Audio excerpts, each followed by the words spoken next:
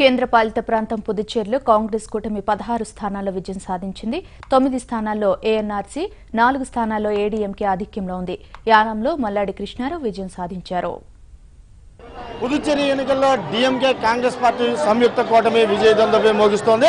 ఆధిక్యం దిశగా ఇప్పటికే దూసుకుపోతుంది. ప్రస్తుతం అయితే కనుక పుదుచ్చేరిలో ఒక కాన్స్టిట్యున్సీగా ఉన్నటువంటి యానంలో మనం ఉన్నాం. ఇక్కడ గత 30 సంవత్సరాలుగా 6 సార్లుగా పోటీ చేసినటువంటి మల్లాడి కృష్ణారావు అఖండ విజయాన్ని సాధించారు. 9,500 ఓట్లకు పైగా మెజారిటీతో ఆయన విజయం సాధించడం జరిగింది. ప్రస్తుతం మనం చూడొచ్చు, అభిమానులంతా కూడా మల్లాడి ఇంట్లోకి చొచ్చుకు వెళ్తారు.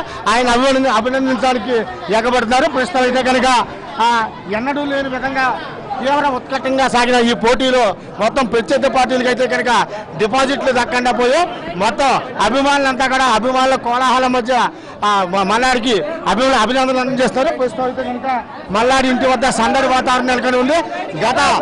గత 6 సార్లుగా మల్లాడి కృష్ణారావు ఈ యొక్క కాన్స్టిట్యున్సీ నుంచి నెగ్గుతూ రావడం జరిగింది. ప్రస్తుతం అయితే కనుక మల్లాడి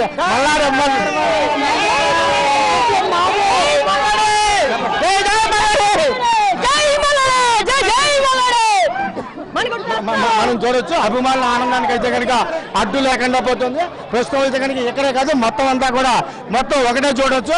మల్లాడి ఇంటి వద్ద ప్రాంగణం ఇప్పుడే అభిమానులంతా చేరుకున్నారు. సార్ చెప్పండి, వరుసగా 6సారి మల్లాడి కృష్ణారావు గారు నెగ్గారు, దీని మీద అభిప్రాయం? వరుసగా 6సారి నెగ్గారండి. ఆర్థిక మెజారిటీతో బాగా నెగ్గారు. ప్రతిసారి బాగా మెజారిటీతో నెగ్గారు. అన్ని పనులు బాగా చక్కగా చేశారు. అన్ని 8 ఏళ్ళ మెజారిటీతో మరి నెగ్గారు. గత 20 సంవత్సరాల నుంచి కూడా ప్రజలందరినీ తన కన్న బిడ్డలుగా చూసుకుంటున్నారు మల్లాడి కృష్ణారావు గారు. ఈయనే మా దేవుడు, ఎప్పటికీ కూడా ఈయనే మా దేవుడు.